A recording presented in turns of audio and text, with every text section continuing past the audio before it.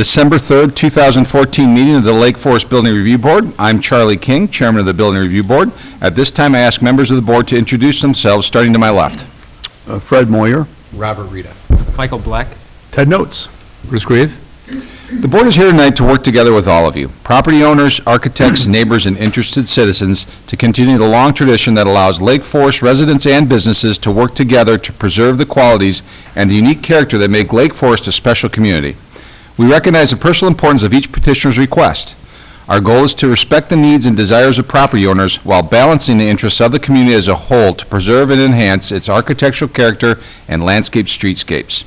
For those of you who may not be familiar with the Building Review Board, the types of projects that come before this board are those in which the property owners are requesting a variance to allow a home that is larger than permitted by the code, are seeking a demolition permit and approval of a replacement structure, or otherwise involve issues that could not be fully resolved by city staff. It is important to note that over 95% of building permits are issued by the city without the need of a board review. Thus, the board typically deals with the most challenging and sometimes controversial projects. The City of Lake Forest is committed to conducting open and fair meetings. To achieve that goal, the board has adopted meeting procedures, and all parties will be provided an opportunity to speak. These procedures are outlined in the agendas available at the back of the room. This meeting is also broadcast on cable television. Speaking on behalf of the entire board and city staff, our objective is to provide a review process that is thorough, fair, and without unnecessary delay. The next order of business is approve the minutes from our October 1st, 2014 minutes. And gentlemen, I don't know if everybody's had a chance to review those. And So okay. moved. I'd like to make a motion to approve the minutes as presented. Okay. Second. Okay. All in favor? Aye. Aye. Opposed? See none. The October minutes are approved. Slight change on the agenda. We are moving up our fourth item, 636 Northmoor Road, in order to hopefully get our technology straightened out on the first order of business, 101 Lewis Avenue. So without further ado, if the petitioner and representative for 636 Northmoor Road could please step forward. The owner is Frederick Stripe, with a contract purchaser of PC Equities and Peter Childs, and a representative is Jeff Letzer, project manager. Welcome. Thank you very much. Good evening. Good evening. My name is, again, Jeff Letzer. I'm with Aspect Design Incorporated. I'm the project manager working on this project.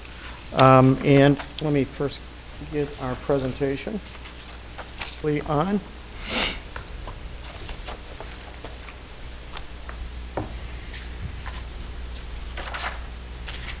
In front of you tonight, what we are proposing is somewhat of a unique piece. It's actually a vacant piece of property on Northmoor, which is it's a 50-foot wide lot. And actually, Peter Childs, the owner or contract purchaser of this property, actually had purchased next to it on the west 626 Northmoor, which is an existing residence.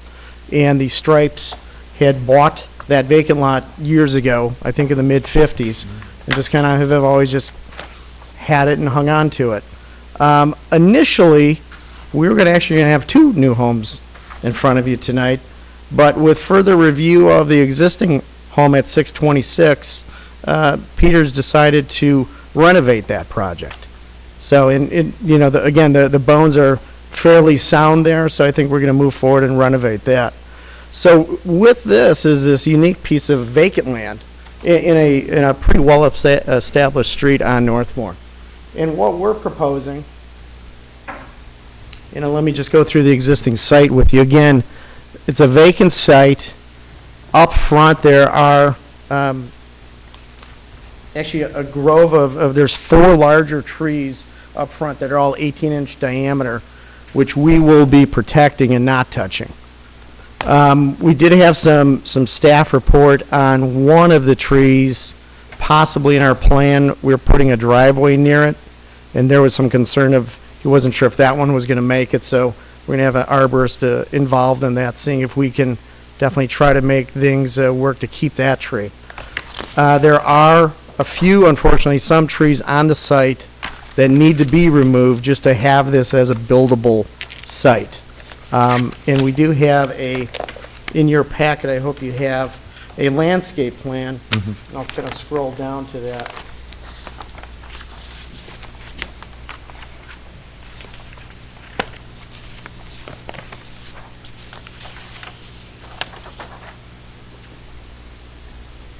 And I kind of unfortunately have this going the wrong way, but it kind of blew it up on the site. But there are a couple trees literally right in the middle of the house.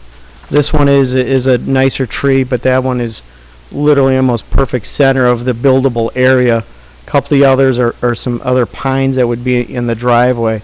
But these four up front are the trees that we are keeping. And also trees in the back and some others on the side. And we chose to put the driveway on the west side of the property just due to the fact that the home to the west of us, their driveway is on the west. So we kind of have some, I didn't necessarily want to get a driveway situation just to help with grading and everything else. Our proposed house, let me get to that.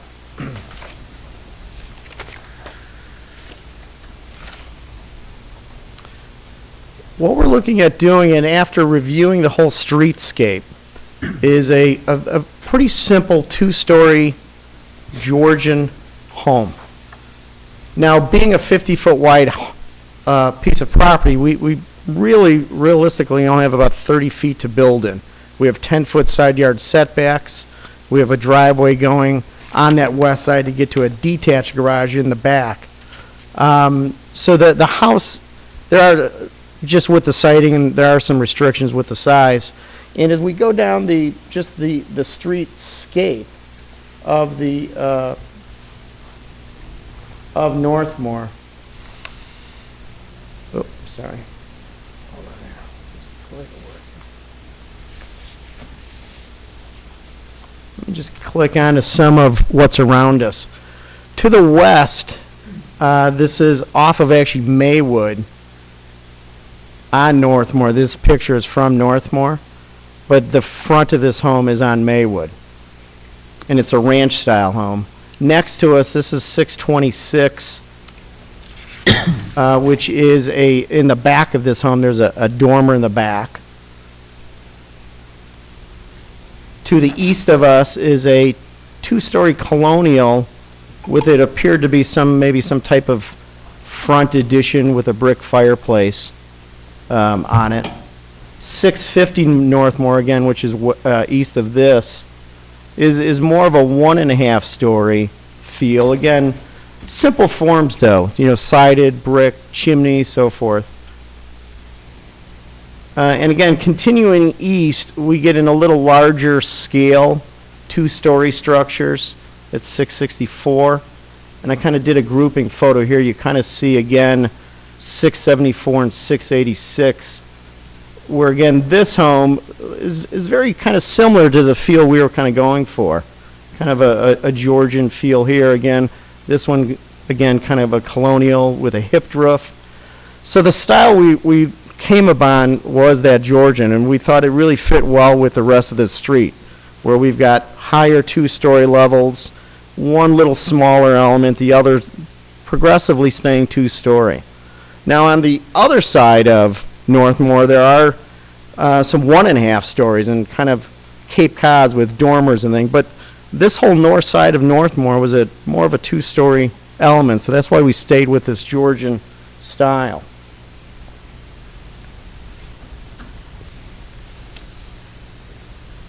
The house then, again, I'll go into the plans here. So this is the front elevation. Again, where it's a center entry, very symmetrical, stacked windows front. I'm staying well below our max 30-foot height. Side elevations is the left elevation or the west. Again, where from the street you'd see this front-facing gable. Then I turned a roof, again, to keep this whole mass of the roof lower with a brick chimney towards the back. This is an east side elevation.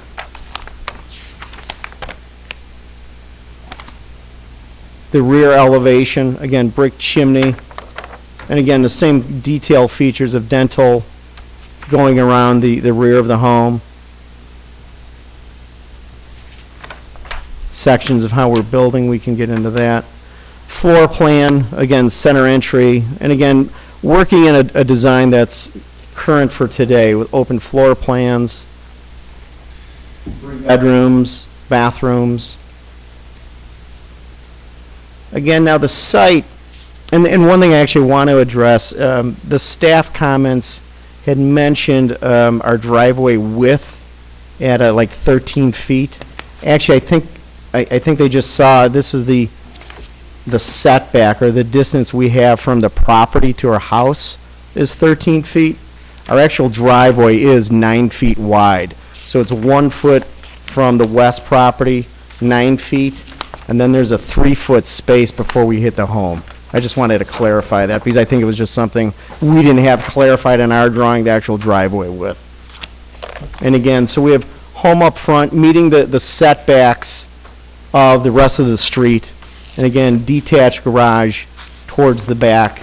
There's heavy, kind of, some scrub, bush, trees here, but again, we can leave all that. A roof plan, again, very simple, just a main gable this way, ridge going to the back. And here's a streetscape of our proposed home. Again, this is the home to the east. Again, we're actually staying a little bit below that. And then, because what I wanted to do is have somewhat of a progression coming down, because this home here is that ranch off of Maywood on the corner. So I wanted to try to keep a progression coming up. The house next to this one goes down slightly, then all the rest of the others are at either this ridge height or some are a little bit taller. This is just the garage element we have, detached plans. The site, this is the existing site conditions, and again, at the time, we were working with the 626 lot. Again, those are those 4 grouping of trees. There's not much topography here in the site itself. Oops, sorry. This is our proposed grading plan. Again, we can work this, even with the narrow width property, we have this well worked out to keep things inside our site. This is a kind of a general tree plan, again, showing where some of these that would have to be removed because they're literally right in the house itself. Again, this was the landscape plan that we had discussed prior. And our proposed front elevation. Now our materials are going to be an architectural asphalt shingle. The siding is going to be like a hardy type fiber cement, clapboard horizontal siding. All the trims, though, every other piece of this, the heads, the shutters, soffit fascias, that will all be in wood. There'll be aluminum gutters. We're going to have a nice brick little front piece here. Our side entry going into our side door, that whole raised platform element will also be in brick to match the fireplace. And again, our whole intent here is to have this style, which I think really fits well with the street. You know, we were looking at a couple other styles. We were even looking at some bungalow look. Unfortunately, sometimes those are somewhat tough to get into new market conditions of what folks are looking for. And to me, on the north side of Northmoor, it just didn't quite fit as well either with the other 2 stories. I heard my beep, so I'll be done.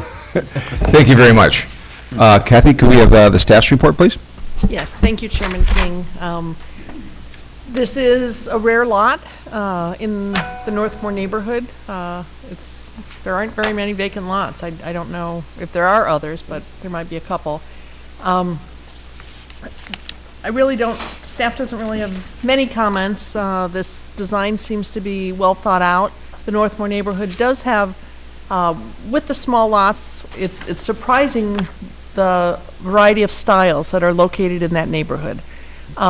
This house doesn't max out the bulk. It comes close, but it also doesn't add in the square footage for the design elements. So if you look at what this house could be, it really tries to fit very nicely onto the lot. It is a height, although the house to the west is lower, and even though the current contract purchaser intends to do improvements, my guess is that at some point that house may likely be either significantly added on or you may see a request for demolition. So although the height of this house is out of character with that house immediately to the west. It seems in character with the other homes on the neighborhood. The massing is very simple. There is consistency in detailing around the house. Roof forms are simple. I think the simplicity fits well into this neighborhood. Just a few comments. Thank you for clarifying the driveway. That was our error. 9 feet is the minimum for a driveway, so the width should not be reduced. We may want to look at a curb because the driveway is very close to the property line, and sometimes we have drainage issues, so we can certainly work through that. Sometimes a curb along a portion of the driveway really goes a long way to address that issue. And then just looking for your comments, recognizing that the window placement on the east and west elevation certainly does respond to the interior space. On the east side, you have windows in the stairway that are a bit inconsistent with the pattern, but certainly we understand the reason why. And then on the west side, you have some significant areas where the wall is unbroken. Not critical pieces, but looking for your comments on those. Detached garage is appropriate in this location. I think a project that was well thought out. The trees, the city arborist just wanted to call out that 4th tree in the front yard, just acknowledging that as we get into the process, if it is compromised, it may be appropriate to take it down at some point during construction rather than to leave it there to die in 2 or 3 years or create a hazard. So we just wanted to be upfront.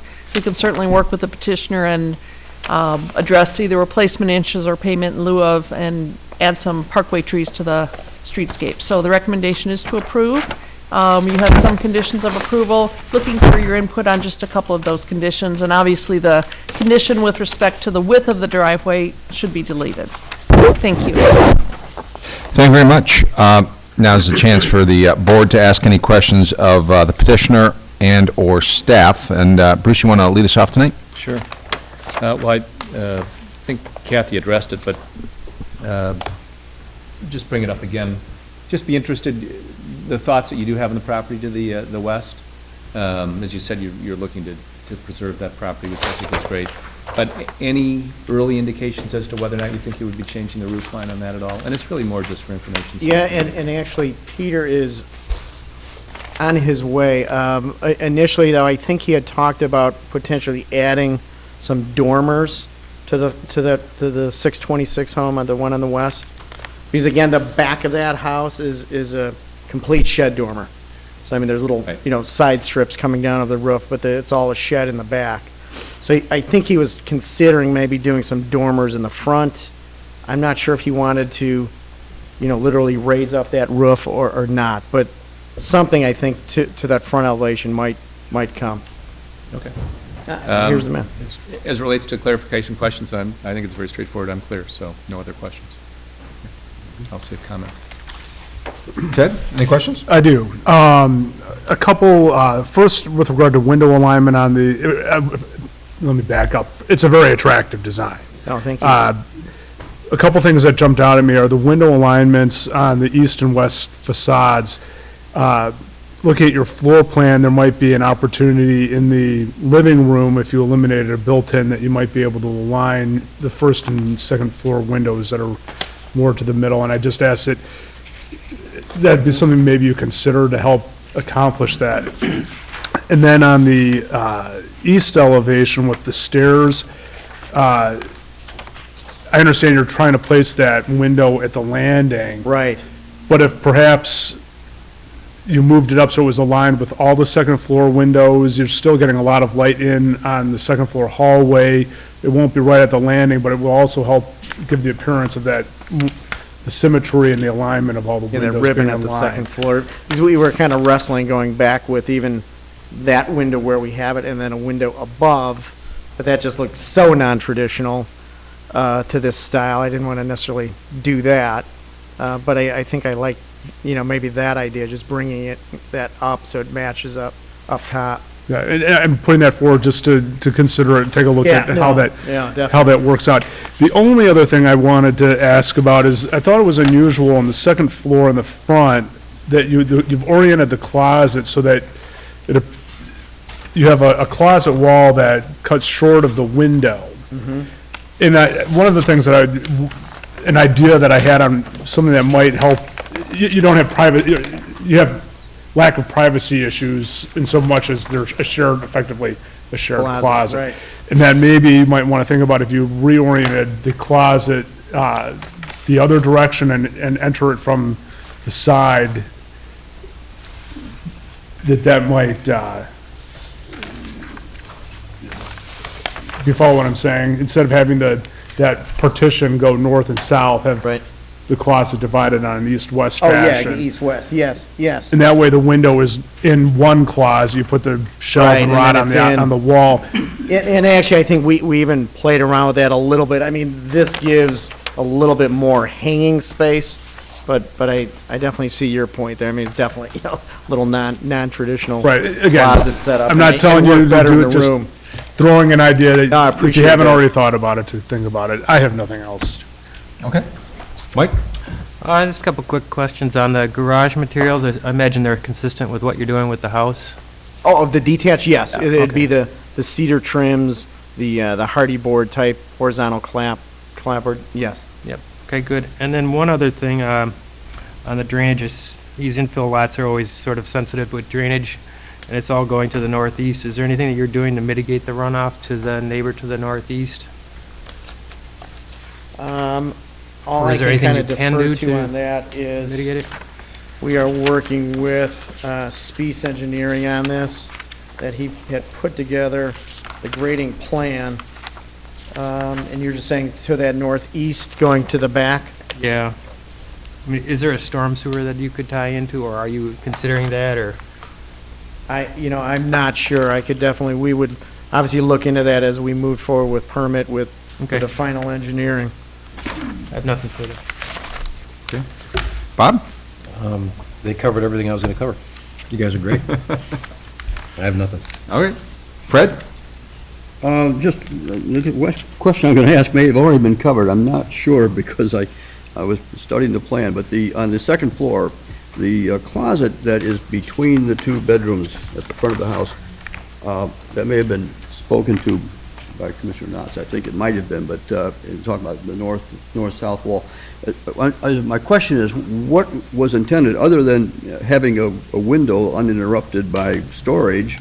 There seems to be no benefit from that window, and I'm just curious as, Well, the window is extremely important to the exterior elevation. agreed. So we definitely need the window. So the window trumps everything on the inside, as far as I'm concerned. Yeah. But so my creative solution was this closet design where we could have a little bit more lineal footage of closet for each bedroom and a little bit more typical closet, but it kind of had this dead wall behind it. But the other idea of kind of flipping that wall going east-west, I mean, the closets would be a little skinnier, a little tougher to get into, but definitely could also work with the floor plan. Okay. But the window is definitely an important feature. Understood. Yeah. That was my question. I'll stop there. That's it. Okay. The driveway, 9 feet wide, it's going to be a foot from the neighbor to the west, Correct. and then you have 3 feet of space between the driveway and the house? The house, because next to we actually have a side entry going into the home. Let me pull that up real quick.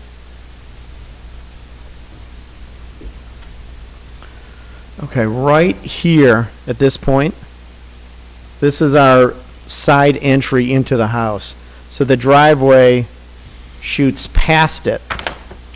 So somebody, it's nice weather, so forth, you could park right here, get out, you're right in the house. Again, very similar to, this design was done on these type of lots for years and years and years in homes like this.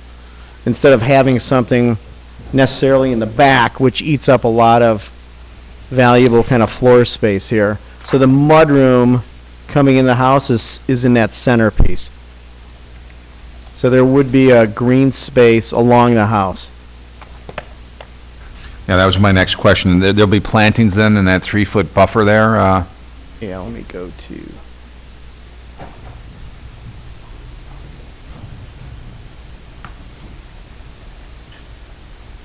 Actually, I don't know if she's got that there, but I think we could have some low profile, but something relatively, we need something relatively hardy there, just with the snow impact and everything else.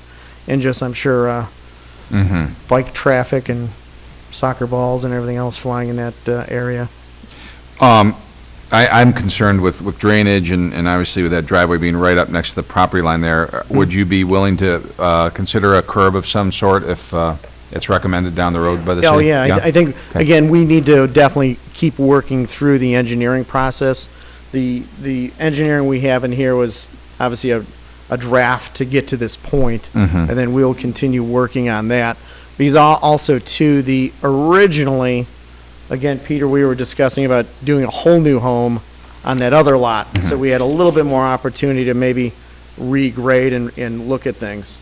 So now as just a single home, we definitely need to contain it in that piece. So I think as we move forward, we could definitely look at that. Okay, makes sense. That's all I've got. Anything else, any follow-ons, Ted? I would just, do you have samples of your clapboard color and the stone that you're, or the brick you're planning to use for the fireplace? Oh.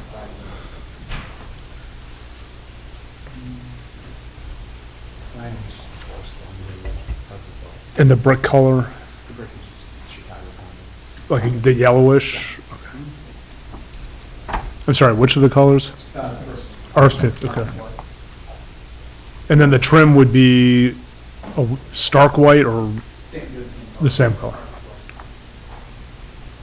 Yeah, we're going to keep really the color feature would really just be the shutters and door in black. But everything else in the house would be white. And you have a roofing sample there, kind of the slate, kind of like the black charcoal shingle. But all of the dental, the soffits, the fascias, the eaves, all of that would be in the white.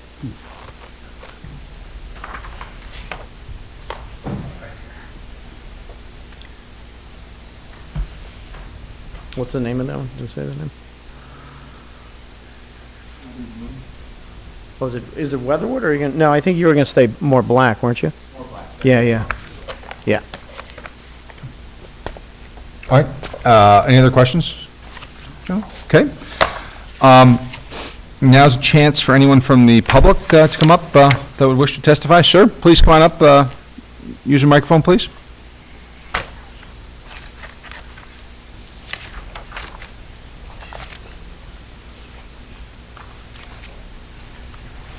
My name is Sandy Ganun. I live at 650 Northmoor, which is next to 644, which bounds the property. And I guess first off, I should say that as far as the aesthetics, I think they're very appropriate for the neighborhood. I have no problem with that. I think it'll fit in very nicely. Even ties into the house at 626 with the dental work and at 644. So some nice detailing that could work very well. I do have two concerns. One is how public notification has changed over the years. And a second, how this house might impact the house at 644, and maybe some consideration should be given to altering that east facade. Public notification to the neighbors includes only the front elevation and a site plan. We used to get all four elevations, I remember in the past, and I checked with the Thomases who live at 644, and they can't be here tonight, they both had prior commitments, but I checked with them if they got a complete package, or at least the major elevations and what the garage. They had no more information than I did, and so they had no idea what the east side of the new construction would look like, which faces them, or what the landscaping, at least proposed landscaping, might be and how that might affect them.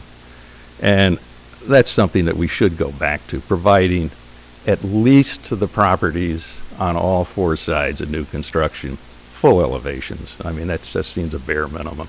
You know, another couple of sheets of paper isn't expensive. We can, same envelope, don't have to do any more than that. And unless someone is an architect or in construction, people often don't know what to ask for. What's an east elevation? Does that mean when I'm on the east side of the house looking at it, or is that the east facade of the house? Sure. So I think it's important in that regard, because we're not all architects and designers in this area. Send those 4 elevations around, because it's a three-dimensional object. People walk around and they see it from more than just that front facade. One other point that I want to bring up, you may want to look at the east elevation of this house as it relates to 644 and how it will impact both families. On the east elevation, you've got 8 large windows there. And on the west side of 644, there's a lot of glass on that first floor. Sliding doors, windows in the kitchen, in the living room, and their dining area. Those neighbors are going to be eyeball to eyeball. So maybe you should consider what adjustments could be made to 636 so it's not window to window. And I know when 644 was built in the, I guess it was late 80s, early 90s. The developer there was very considerate of our house at 650, because we have windows all along our west side. There are no, on 644, there are no windows on the second floor on the east side. 1 window on the first floor, just inside the front door. So that's essentially a blank wall.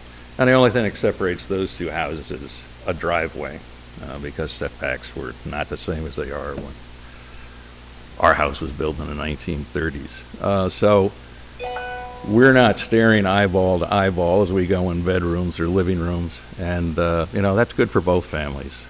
So maybe you can look at that. I don't know what adjustments would have to be made to a floor plan, if any, but it's a real consideration, and I think the east facade of this new proposal, a lot of glass there. And one last point, on the site plans of the neighborhood, you have the property line overlay and the building footprints. For years now, the property lines have been off about a 16th inch. So they're cutting someone's garage in a third. Will someone please unlock that CAD drawing, just move the property lines so they line up as they're supposed to? And it's been that way for a long time. That wouldn't be hard to fix, and I think everybody would get a much clearer reading when I get them. That's it. Thanks. Okay. Thank you. Would anyone else from the public wish to come up and testify? Okay. Seeing none, chance for the staff to respond. Kathy, I think our fellow citizen made a point with the 4 sides. I'm not sure if that was just in this submission we missed that, or if what our stance is in that. Normally, today, we send a vicinity map, a site plan, and front elevation. 4 sheets of paper, and it has to do with cost of postage and all sorts of things. We do get a number of phone calls, and if people request information, we then email them out the full packet. But we can certainly, I think the suggestion that at least the houses immediately surrounding, we can do larger envelopes, we can certainly do that. But we have over the years cut back from sending real thick envelopes with everything, and it's just... I think it's a great request for the immediate neighbors, and this is a great petition to show you that that house to the east is absolutely going to be impacted, and I think the extra cost. Okay. Probably warranted, so I would take that heavily under consideration. And I don't know about the CAD drawings that he's referring to and the property lines. That has been the situation for a long time.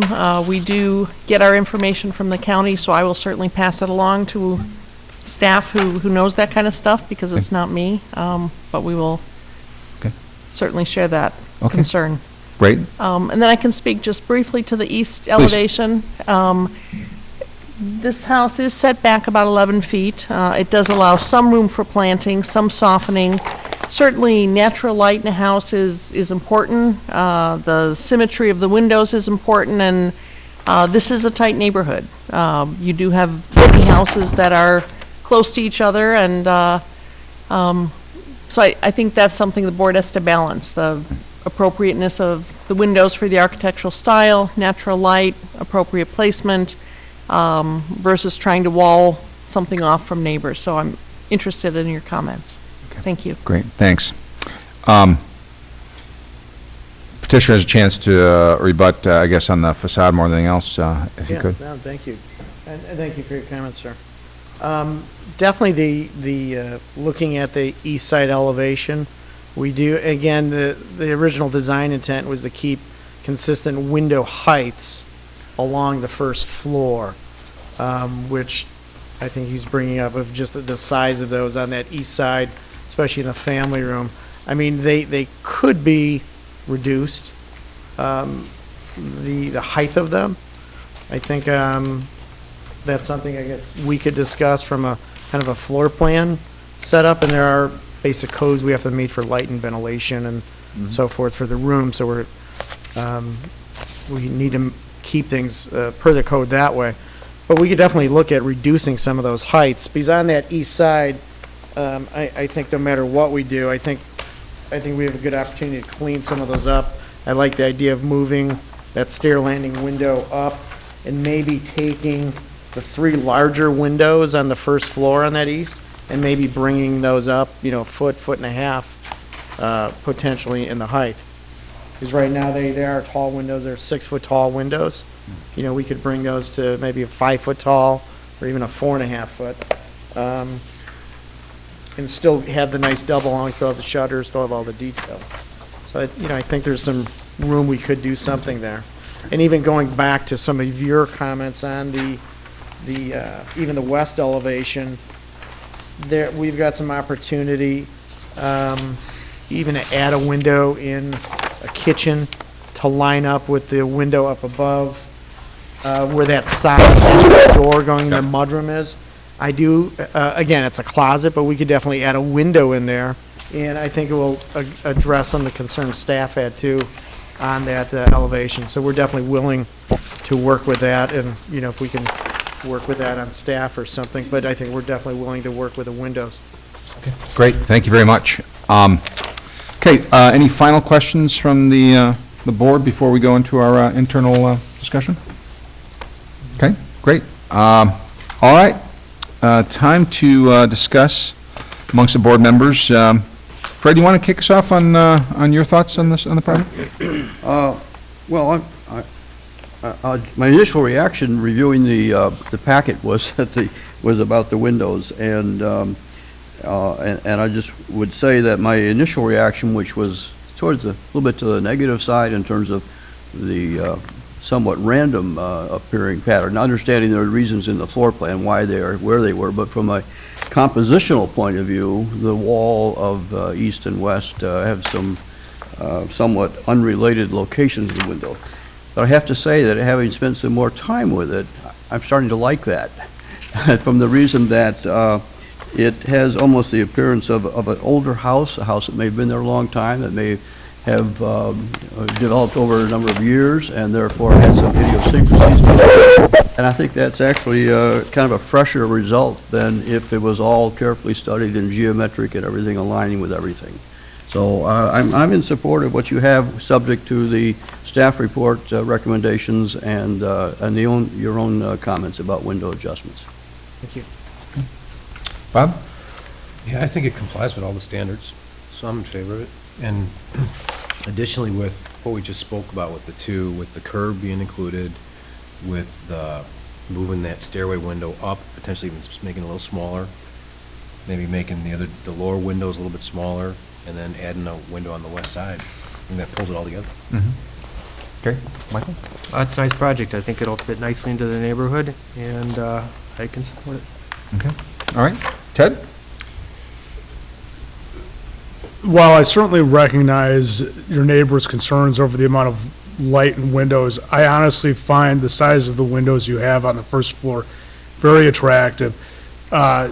You see the side of the house as you're coming up and down the street, and I think it would look more awkward having windows on the side elevations being a different height from what you have on the front. So I would personally support keeping the window sizes that you have on the first floor. And I think there are other ways to skin the cat, whether that's a year-round vegetation that can provide the screening to your neighbor. Certainly respect that privacy. We all live in certain situations where you don't want to be looking out your window every day at your neighbor, and I totally recognize that, but there are ways that you can work around that with plantings and accomplish the same thing and still benefit from the light that a larger window has. So that would be my recommendation. On the landscape plan, I didn't necessarily see that kind of dense vegetation planting between the homes, so I would just ask the city to revisit that. Otherwise, I support, and again, ask you to revisit that first floor or second floor closet in the front window. I think if you reorient sideways and make them more walk-in closets, I don't think you'll find yourself losing necessarily that much linear hanging space, but benefited from having a less awkward closet and the benefit of the privacy. So I think for the nominal loss, you might lose, the layout probably will work there. So I ask you to revisit that, and then again, the window alignment that we already discussed. Thank you. Thank you. Bruce, what are your thoughts? I'm supportive of the plan. I think you've been very thoughtful of the surrounding properties, the massing, a number of factors that are, I suppose you could say, are constraints or limitations or parameters you have to work around. So I think you've done a nice job there. Probably the best way that I would maybe frame it is I certainly wouldn't make an approval conditional upon some changes. So I think probably I certainly support what you're proposing, but would ask that the comments that have been made, rather than seeing them as being cursory and, thanks for your input, I think they're ones worth putting some thought into, especially because when somebody talks about the privacy and alignment of a window, and especially when the properties are close by, it's actually as important to you as it would be to any neighbor. Regardless of who the prospective owner might be of this property, they're going to be as concerned about that as somebody else. So I think it's one of those that it's in your collective best interest to put a little more thought into that. Whether it has to do with the size of the window or not, I don't know if that's necessarily the solution, but you may want to be a little more particular about the exact alignment of these windows and how they exactly align to another. I mean, there's a big difference when you walk to a window and you look straight across to somebody else who happens to be looking out a window at the same time, as opposed to if it's ajar, even if it's 6 or 8 inches. So it may be something that you want to just put a little more attention to. And then I didn't throw this out earlier, but there's been some discussion about both the landing window, and then I'm not sure if you'd, this is on the east elevation. And this is more cosmetic, so again, not conditional by any means. Regardless of how you might make some adjustments to those in terms of the height and location, I think a simple suggestion also is I wouldn't pretend that they are standard windows, because you kind of mess up the orientation of the other ones. So in all cases, basically, you've put the shutter systems around those and the flower bed look, so to speak. So the ones that are perfectly aligned are the 6 windows, the 2 to our left and the 4 to the right. So the other ones, basically, the purpose for those is to actually just bring some light in to the spaces behind them. So I wouldn't put shutters. I wouldn't frame them the same way. In other words, they're supposed to serve a different purpose. So from the exterior, I'd probably design them so they don't match the other ones, because they're not supposed to be that kind of window. So it's just a thought for you to kick around. And the other one that wasn't brought up, and again, not conditional, not that critical, actually in the rear elevation north, the window grouping that is towards the double hung doors, maybe that's, I didn't look at it closely enough to see how it matches to the interior plan, but it seems that you're jamming those windows right up against the, you've got a small entryway light. I'll let you get there. And so basically, you got the casement around the windows that are like jamming right to that light. And so you've got a fair amount of space to the right, and then it looks like they're just kind of stuck together. So I don't know if you have a little bit of leeway there. Well, and actually a thought I had, even with staff comments prior, was potentially maybe reducing the width of that window. Yeah, that's, I think, frees it would that help. up, and then put one on the the west elevation. If you go to that, like towards the rear there. On the west elevation. Which is the left elevation. Okay. Got it. You see the upper window, towards the back of the home? If I line one directly below that in the first floor, which is in the kitchen, Okay. then I can reduce that rear window. Got it. Introduce this new window, so we have stacking windows there. And then, we're benefiting light on both directions Yeah. now and helping that out a little bit too. Okay, so again, just a suggestion. So with that, I'm supportive. Great, thanks, Bruce. Thank you. Well, I'm in favor of the project, too. I think it's a really nice design, simple massing, in keeping with the neighborhood. I think it's going to be a fine addition. I think you're to be applauded for that. The materials you're using, just a really nice, classic, understated elegance. It's really nice. I was happy to hear that the trees, you go out there and you look at the lot, and it's like, oh, my God, we're going to lose 4 specimen trees here, and I'm glad that you guys are able to save the vast No, that majority. was And hopefully all. definitely important to us, Yeah. because, we really want this to just blend right in. Absolutely. So, to be commended, and the windows, you just heard here, I think 4 different opinions of what to do with the windows, but I like that you're open to suggestion, and obviously you're going to go back to the drawing board and try to come up with the best solution. Did not hear that anyone was specifically saying do X or Y or Z for approval. At this point, we'll leave it up to you and the staff to kind of hopefully get something that works for everybody, and most importantly, to the neighbors to the east as well. So, with that being said, I think we're consent here that we want to approve this project, and I think just need a motion and vote. I move to approve the petition as submitted based upon the December 3rd, 2014 staff findings and conditions, incorporating the comments that we more or less agreed to today related to the curb, that stairway window, the lower windows, the west window, and then the north window that you're going to reconfigure around the corner. Okay. Second. Okay, all in favor? Aye. Aye. All right. Petition's approved. Good luck. Thank you very much. Thanks for your time tonight. Thank you, Kathy. Kathy, are we okay for the original petition now, or we're hoping? Okay, we have a lot of materials. We have a lot of materials as is, so if need be, we can go off the old way, the paper. So by all means, let's We're good either way. let's try it. So, with that said, the next item on our agenda is the continued consideration of a request for approval of a new residence with an attached garage on a vacant lot located at 101 Lewis Avenue. Approval of the overall site plan and a conceptual landscape is also requested. There are no variances requested at this time. The owner is Glattly Development, Lori Glattly. The representatives are Robert Gebelhoff and Ken Hite. Welcome. Okay, so now it was on 3, we got it, no problem.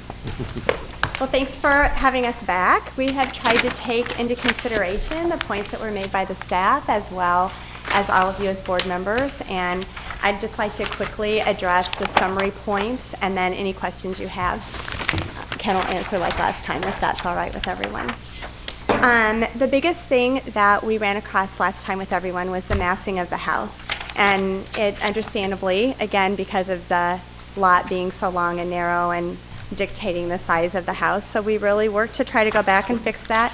Number one, we changed the roof lines from gables to hip roofs to cut down on the mass. They're also more in keeping with the neighborhood, the character of the neighborhood, which we heard clearly we needed to try to address. We've removed all but the center gable. We've reduced the size and shape of the dormers. We've reduced the square footage of the house by over 250 square feet, although there was a little bit of an issue with that, and Ken can address that with you. It's been resolved. We removed the stone knee wall to further soften the facade. We also added stone immediately to the left of the front door that was suggested by the board.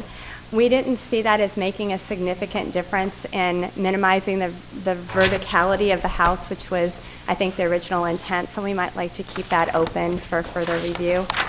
And looking at some of the other homes in the area, while there's not a lot, there is precedence on corners for these longer homes. Ours is not off by more than just a few feet of some of the others on the corners. There are also homes, quite a few homes in the neighborhood that are either similar in size or larger than our proposed home and have a much larger lot to house size ratio. Flipping of the house, we were asked to look at that, possibly reversing the garage and putting it on the other side. We chose to keep it as it is for the following reasons. It provides a more private backyard away from Bueno, which has always been our goal. It provides as much light as possible, which we think is very important, into the main living areas of the house, the family room and the kitchen that would now be put in line with the mass of the house immediately to the south that we didn't feel was a positive. And we thought we might be able to save a few more trees this way as well. Shifting of the house to the east, we were asked to consider that. We have shifted it to the east It's now, instead of 44 feet from Buena, it is now 51.7. We simplified the north and the west elevations, which we were asked to do. I've already mentioned we changed the roof lines. We also made some adjustments to the west elevation on the garage side, removing the window that was there and the vent. Breaking up the south elevation, which is on the back of the house, to reduce the scale of the dormer and remove the doors. We reduced the size of the dormer, we removed the slider door, we added a stoop to the garage door, which was missing from the original plan. On the landscape plan, we've added a fence. We've strategically placed the Bradford pear trees to soften that back facade as you're coming down the street from the south. We've also added several spruce trees to hide the garage that is on the landscape plan. You can see them on the side there. There's 5 of them that are there to protect that and give try to soften that as you're approaching that corner down Buena. You were asked us for detailed elevations and architectural materials. We've provided that on the plan. Cream colored siding, neutral stone, white trim, white gutters. The garage door will be the same as the front door, and we will be using architectural shingles as opposed to cedar shake, as they're much more in keeping with the character of the neighborhood. We have provided the sections that were required through the house to help show the different change in grade, and I'm sure you'll have questions about that. Ken can address that in depth with you. The exterior lighting, we are not doing any down lighting or landscape lighting, so it will just be the customary coach lighting on the doors, which are required. We were asked to provide a detailed tree removal plan. Our landscape plan does show the trees that are to be removed with X's. The ones that are staying are highlighted as such. And the site plan also shows the trees, and they're all noted as to what they are, etc. The drainage swale is included now consistently everywhere it's supposed to be, and the vegetation and plantings that have been chosen by Dan Horvat will not be an issue in any way. He chose them to go in that swale for that purpose. And the 3-car garage, we are very respectfully leaving it, and the reason for that is if you drive the neighborhood, there are a couple of other 3-car garages. This is not the only one. And there are many, I actually counted up to 70 homes that either have side aprons or provisions for other vehicles that are being used for that other vehicle. And so we would suggest that we feel it's much more aesthetically pleasing to have the place to put it rather than having it out in front of the house or on the driveway, or many people are parking them on the grass. So we felt this was more aesthetically pleasing, so we did choose to keep it. That's it. Thank you. Okay. Thank you very much. Okay. Staff report, please, Kathy? Thank you, Chairman King. In your staff report, we tried to summarize the comments that we heard from the board last time. I won't review the changes made since Ms. Glattly did that. I will just make a few comments. The board, or at least some of the board members at the last meeting, noted that the small element at the east side of the house near the patio was actually one of the most successful pieces of the project. That has changed with the change to all hipped roofs. And it seems to lose a very positive aspect of the project. The removal of a couple of the gables on the front elevation does simplify that front elevation. Consideration might be given to, in fact, removing the remaining gable, since that calls a lot of attention to the verticality of that front entrance. So it seems like some of the massing changes may not have directly responded to the board's comments. The board discussed the 3-car garage, and you heard the explanation from the petitioner as to why the 3-car garage remains. The back-out area, for the driveway that was close to the south property line, was removed At the previous meeting, some board members did express concern that even with that, maneuvering near the garage would be difficult. The concern is that a future buyer of this house may find it difficult, and we may be back in a position of either expanding the driveway to the south or to the west. So if in fact the intent is to limit the driveway area and to screen it from the south and from Buena, then there should be some pretty substantial evidence there that that apron shouldn't be expanded if that's the board's intent. You were provided with sections, which I put at your places, through different parts of the property.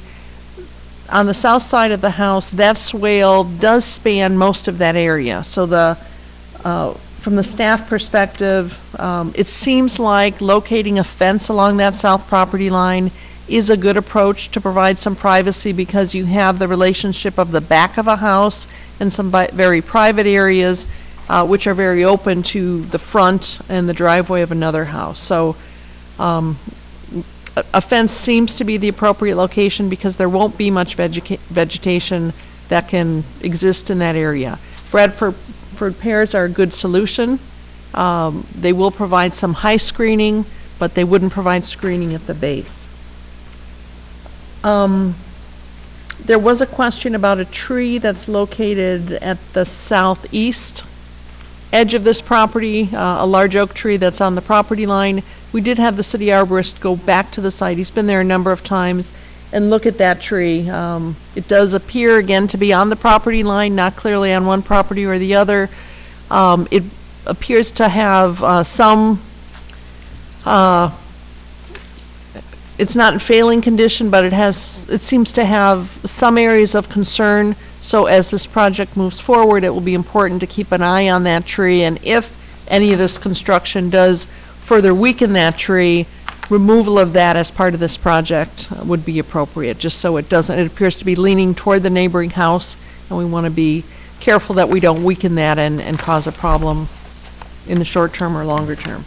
I think with that, I will await your comments and direction. Thank you. Great. Thank you, Kathy. Okay. Time for questions from the board to staff and/or the petitioner. And Bruce, why don't we start with you again? I don't know if this would prove constructive or not, but given that this is an exercise in the answer, because of the way the property is other comments that have been made, I'd just be interested in, as you've made modifications to try to adapt this to the comments, what do you feel most strongly? What do I feel most strongly about the house?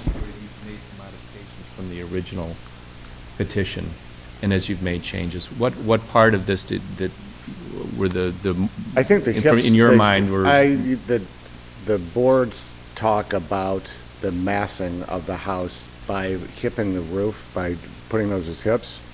I think that definitely demassed it and brought it down, and it's, that's relatively attractive. However, I do like the staff recommendation. You have to bear with me on this. This picture is literally cutting and pasting with tape. And I took a picture of it. That's what they were talking about doing. I liked that a lot more. I liked that the gable end on the east elevation, or where the den is located. I liked that element a lot. Okay. Very much. I do like the stone, the mix of the stone and the cedar. I do think that that's attractive. It was actually, I believe, your comment about adding the stone to the east of the front door. I don't know that I could take or leave that, but I think that the stone in the center gable I like, and I like that that overall look is, I feel it is attractive overall. That, I think the staff's recommendation of putting gable ends on the east and west ends of the house, I like that thought process. I think that that's a very good idea, and there's a way of doing that. In your packet from the city, you will notice that they had talked about that we're over bulk. I just learned something the other day that I didn't know. If you take from the first floor level and go up 19 feet, exactly 19 feet, you end up just below the gutter, or at the soffit. That soffit area now gets included in the bulk calculation. This house that you're seeing here is actually 250 square feet of living area, smaller than what you saw previously in October. However, the way we calculate bulk, I either need to raise the roof, raise the sill height at the top plate about 6 inches, and then we're at 300 below bulk, or I can demass it and bring the house, the roof down, Okay. a foot.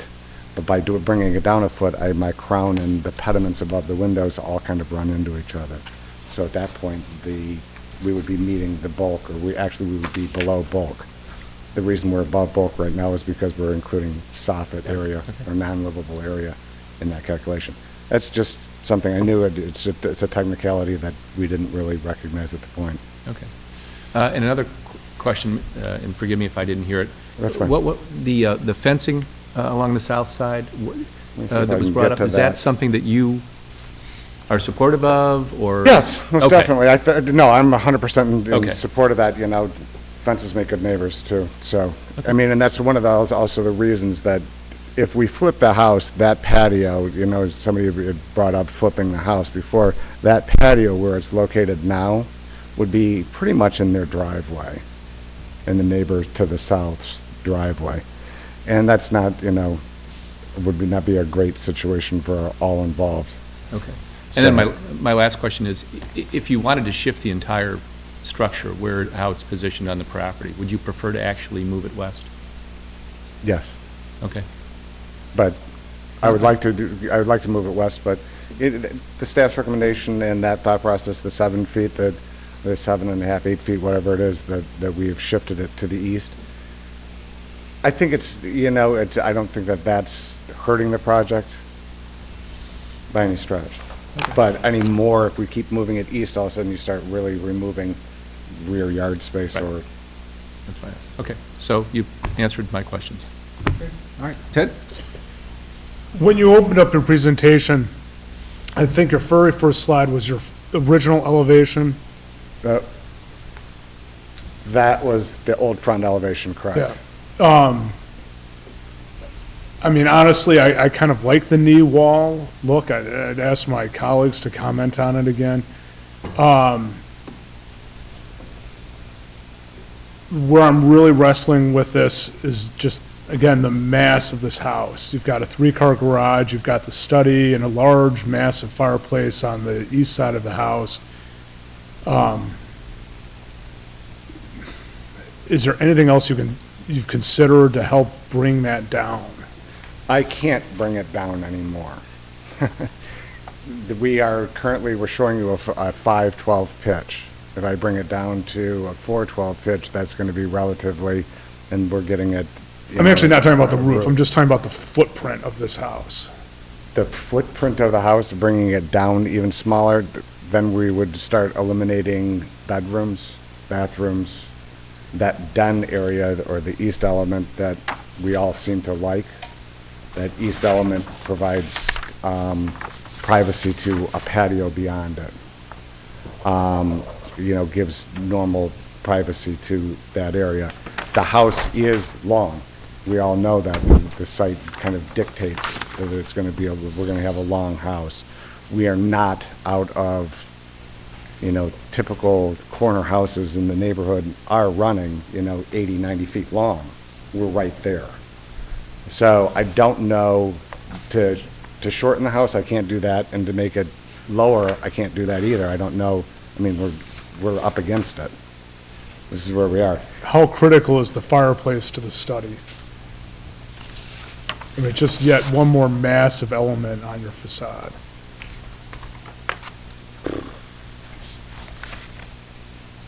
I guess that could be something that could be addressed and taken away, but it's not 100% necessary, but sure is a nice element to that, or feature to that room, where that ceiling height above where that dormer is will be open.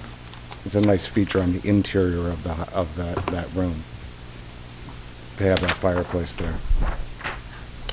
Chuck, I don't have any other questions. Okay, thank you. Michael? Do you happen to have the old south elevation that we could compare it? The current one?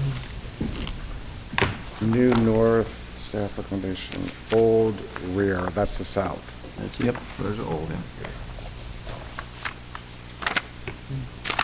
And then I believe the next one is the new. Yep.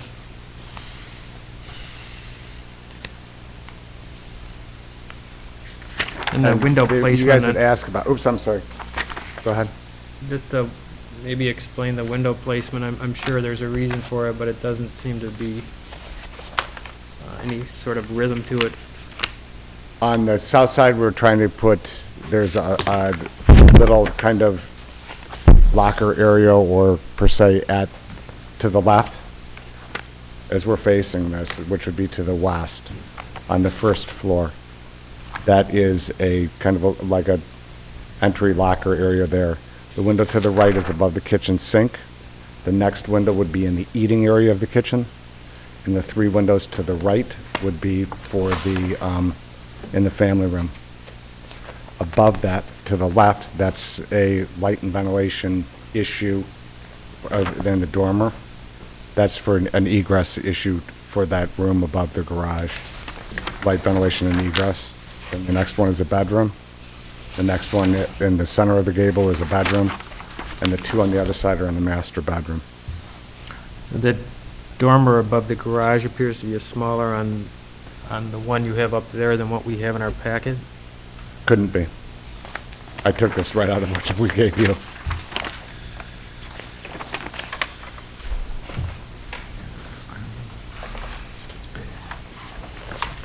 Yeah.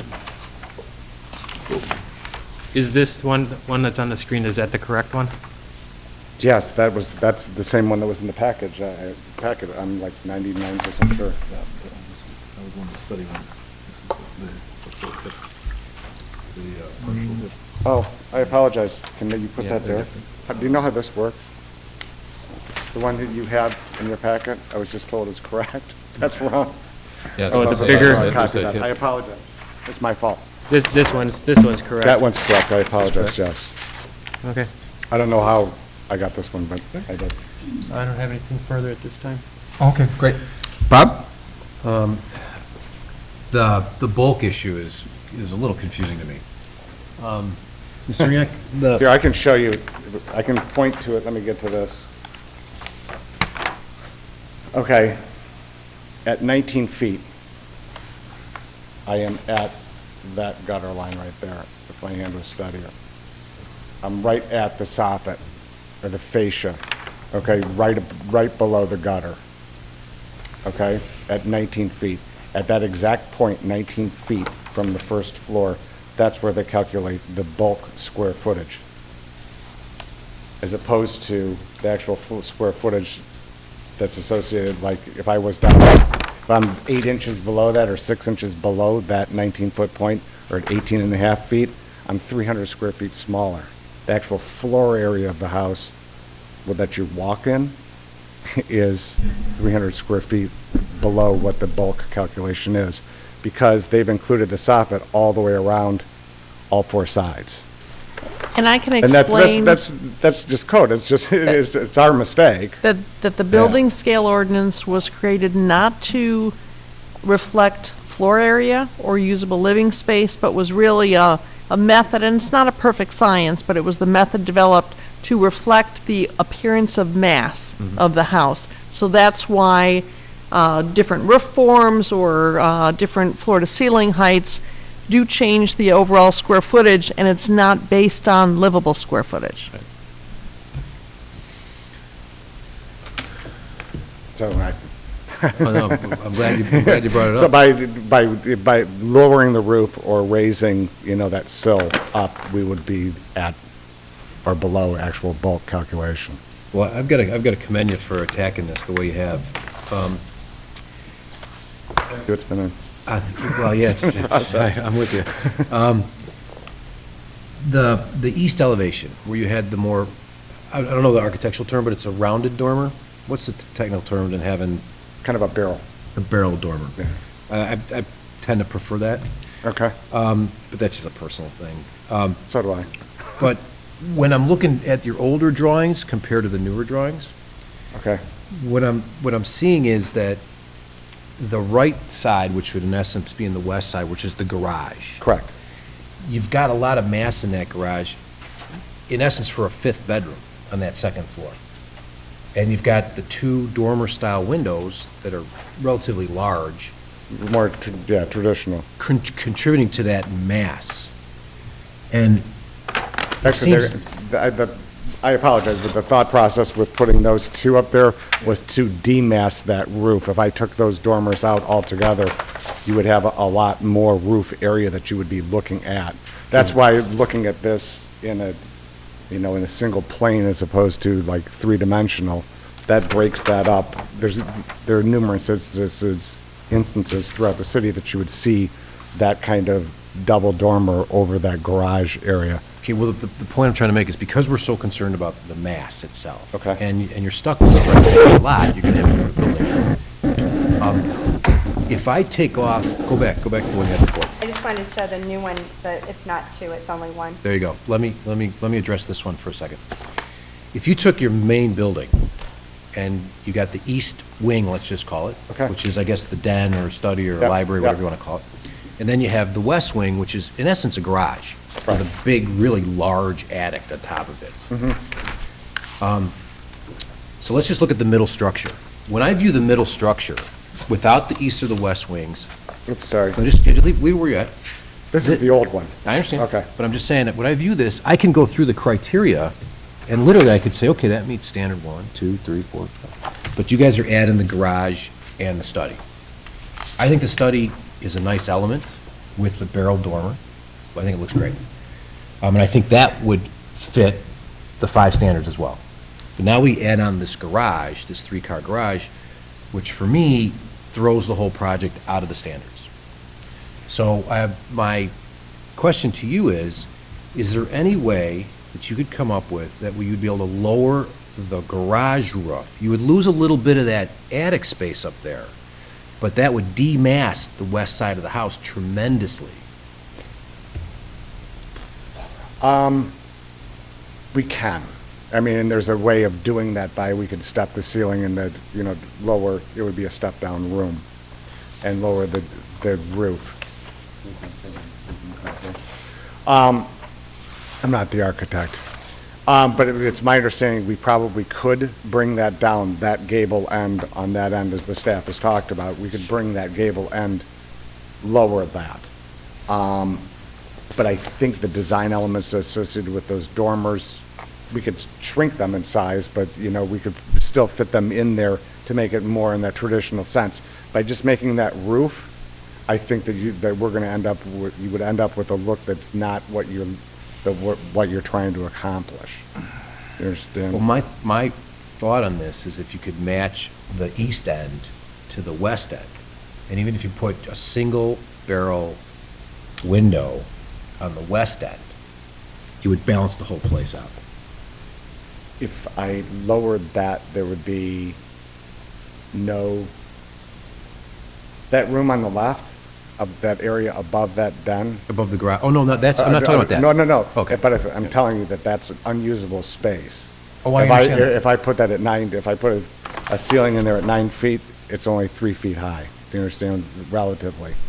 It's like, or 4 feet high. It's not really that big of an area from that ridge down. You're talking about the study area? The study area to the left. So if I match that, we relatively... Oh, you wouldn't have to match it on the vertical height, exactly. It's just if you lowered the bulk of the garage down, even a little bit, 2 feet, 3 feet, I think it'd really change the dynamic of the whole project. And then, We worked with trying to put that barrel dormer to match the, we're also looking at a width that's 22, 24 feet wide, as opposed to the den is, what is it, 12 feet? You're just talking about proportional window size, I understand that. Yeah, so I'm trying to, it has to be kind of proportional. Right. So to try and fit a single barrel on the west elevation, when we were looking at that, it didn't look right. I don't mean, I don't And mean I'm to say. talking about lowering lowering everything. It just didn't work. I Just don't mean putting to- a single barrel on the right side, it didn't work. A I don't mean to single barrel suggest an actual architectural element. What I'm Yeah. saying is, the problem that I have with the project, why I think it doesn't meet the standards today, is that the garage, the size of the garage, with the roof, with all the space you have in there, is making it look too bulky. And that's the, I'm just telling you the issue that I have with the project. Oh, I understand, but then this is, the actual one that we're proposing is that. It's still too big to me. That's what I'm saying. Okay. And I hate to say this, but the first project that you put in front of us, I like it, it just needs to be toned down. So I guess don't, I'm not helping. the word, that's part of the ambiguity associated with toned down. I mean, where is that and how are we going to get that and still, That's what I'm and defining. still in keeping? And so that's what we've been trying to work with, and we're trying to, the ambiguity associated with that comment. I don't know how to do that. Well, I'll be and still specific. keep the It house. has to do with the size of the garage Okay. and the space above the garage. That's my problem. And with the hip roofs on the two ends, it kind of demasses it somewhat, but you're saying that the garage roof is still too high, or if we lowered that ridge of the garage somewhat, or not to go, it's almost a few feet below the, Well, whatever. I mean, that one. I'm just I saying, understand. if you go to the side, the west side elevation. I apologize, I don't know what I've done here. Sorry. The west side that we can turn to. West? Yeah, That's the old west, and that's the, Well, that has a partial and stub. That goes back to my problem with the whole thing, is that the garage itself, the roof lines do not comply with the code. There's too many things going on. The gables that are on the north and the south don't even match each other. That whole structure and all the roof lines you have in all different directions, that's where I focus on and say, that's why it doesn't meet the standards. So you want that extra space for that fifth bedroom, but I think that's what's goofing up, or for me, that's what's causing me to not approve the plans. I know, I'm sorry. So, just a couple of thoughts about that. There are many, many, many homes throughout our subdivisions that have 2- and 3-car garages with rooms above them. So there are two options with the roof to have space above it that's livable. You can either separate the garages like we have to try to demass having a 3-car garage door, or if you want it more simple, it's just flat. Those are the two options. If you lower the roof, you lose your livable space, which we aren't open to doing. We aren't open to not having the bonus room above the 3-car garage, or not having it be an option for a bedroom if someone wants to use it for that. This is not, it was mentioned before that perhaps we were, just because we could didn't mean we should, and that perhaps we were trying to do too much on the lot. I went through the subdivision, I measured a lot of houses, I looked at a lot of houses, I provided you with square footage ratios of houses on lots. Our house is well in keeping with the ratios of the size of homes to the other lots. As far as the massing goes, the 3-car garage from the front is exactly the same as it would be if it were a front-loading 2-car garage, which is what was suggested to us that we might want to consider. We feel that it's more aesthetically pleasing to have a side-loading garage, so it doesn't change the front mass at all, except for the roof line. We have chosen to have that be livable space, so we're more than open to how you would like to suggest that look on the end. Instead of just saying to us, change it, I think at this point we need something more specific if we're not willing to reduce the livable space above, how you'd like us to change it to be more in accordance with what you're looking for. Thank you.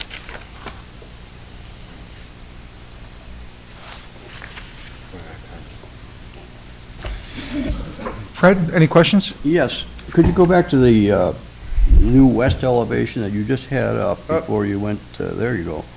Oops, That's old. that's old. Now, the new. And I think I'm- that's, I think what I'm providing up there is wrong. I don't know where we get these old drawings and how they end up, so what you have is correct. I think, yeah, you're getting Yeah, to, my question is that the packet elevations don't match what you're showing I apologize. as new. Both the south elevation and the west elevations are distinctly different than what we have in the packet. So my question was going to be which one The one in your are you packet actually is, putting the one forward? in your packet is the correct one. I don't know how I ended up with these. Obviously, we Which had is some correct? technical Which dirt. would you intend that we're looking at? Which is your proposed? The packet. What's on the screen or what's in the packet? Packet. In the packet. In the packet. Huh. Do you want to use the document camera, so you're talking about the same elevations as the board has in front of them? Sure. In actuality, but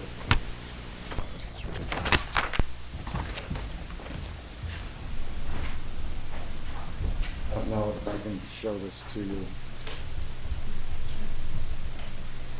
You want to see the west elevation? Well, I'm just trying to find out which one we should be seeing. Which is it you, What you have in your hand, in the paper, is what you should have. we should have?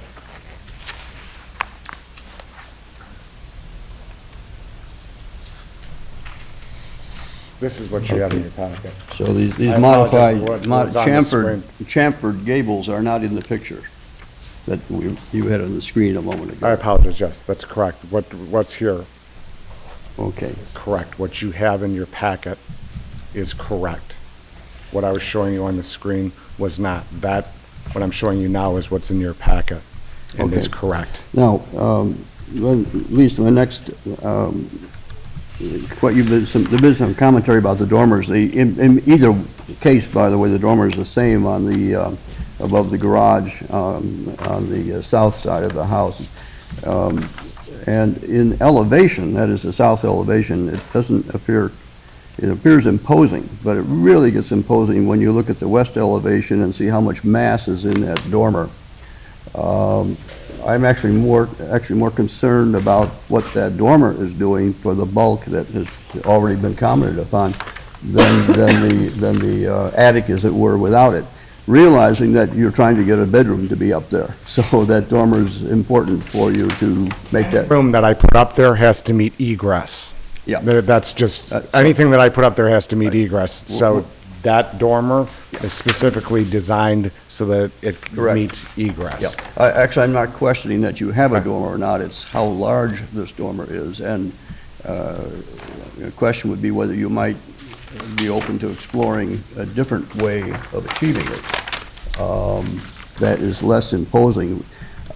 I'm favorable to what you've done to reduce mass. I think that's a positive step from what we saw before. And not using the gable form as was done before over the garage and going to the hip roof, I think has helped, in addition to reducing 650 square feet, if that was the number I think I heard. No, 250. 250? 250 Oh, okay. square I thought I feet. had heard 6. That's my hearing, is missed that. But I think those are positive steps in terms of what we saw last time, what we're seeing now. I think that's a positive step. But I don't think you've arrived quite there where we could say it's reached a satisfactory outcome, and you've heard other commentary on different aspects in that regard. The biggest issue is that I still would have is the south elevation. It's not so much the issue I have is not so much the garage is facing the street. The house just to the south has garage facing the street. What's different is that your south elevation, more than half of the back of your back, that is the south side of your house, is framing their front yard. You know, you create a big L shape. The front of their house and the back side of your house make one great big L. And that south side of your house is not really a feature elevation. That is to say, it is definitely a backside, and it doesn't have features that, you know, it has a garage door, and it has kitchen window, and various other things, that an assortment of things that sort of happen where they happen. If I understood staff comment, was a suggestion to have a fence on that side. And I think that's really a very valuable suggestion that was made, because it would help to screen these features. We have the limitation on how much vegetation can be back there, which would be the other very good solution, would be to get some very intense and dense vegetation, but that doesn't seem to be in the picture. Because it's not only the neighbor who is going to have this as a significant part of their front yard, the whole 60–70% of the back of your house. It's also anybody coming up the street. That's focal. Your focal elevation would be your front elevation and potentially your east elevation. To a lesser degree, the west elevation, and certainly not the south elevation, which becomes huge as an image of the house coming up from the south. The south the columnar pairs that we were talking about putting in on that south elevation, they are, while they're indicated as, I believe, the Bradford pair, I apologize, the Bradford pair is at 3 inches. Those are 24 feet tall. Actually reach into the second floor window area, and they are able to grow. We have talked extensively about putting the fence in there, and that was Dan Horvat's idea, was, hey, we put these Bradford pears in here that are 3 inches, they're 24 feet tall, and they will soften that view coming when you're heading north on Boyna. You're going to see those pear trees kind of demassing that second floor, as you see here. It's not going to be as stark as it's portrayed here. Would you have the fence and the pears then as well? Okay. Yeah. Well, I think that was the initial thought. I think they will both help. I don't see the pear trees, of which there are 3, and of which probably only the first 2 really count in the front yard. 2 trees don't. You're going to. They're nice features. They're nice features. They're not a screen. They're individual events, and they're nice events. But behind the house is this huge other event, which is the back of your house, and the trees don't begin to cover it. They don't begin to cover it. I can't. I'm working within the setbacks that are. I understand that. Well, I think there's a lot. I think there's a solution. Solution has been put forward by staff, which I think is an excellent one. And we were in agreement with that. That's going to the fence. And the next issue is, how far does the fence go? And I would suggest, I don't know what the intent was of that suggestion, or how far it went in its definition, but. If you look at the landscape plan, the thought is from where those pine trees are, or from the driveway to the tree in question. I can't get this, I don't know how to switch back to this view. Do you know how to do that? There, cool. There it is. Run from about right there, this tree where it's in question, which is just beyond their garage. And that leaves them the ability to view this. They still have kind of an open view from their backyard going this way instead of a fence.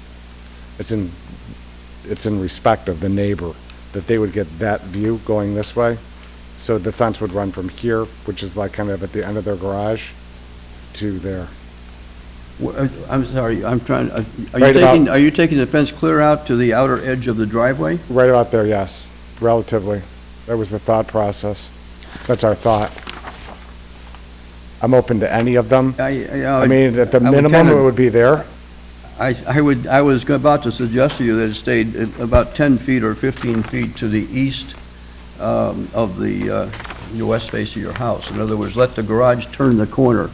We're going to see the garage in any event. Fence will cover something, but you're still going to have a garage that's seen.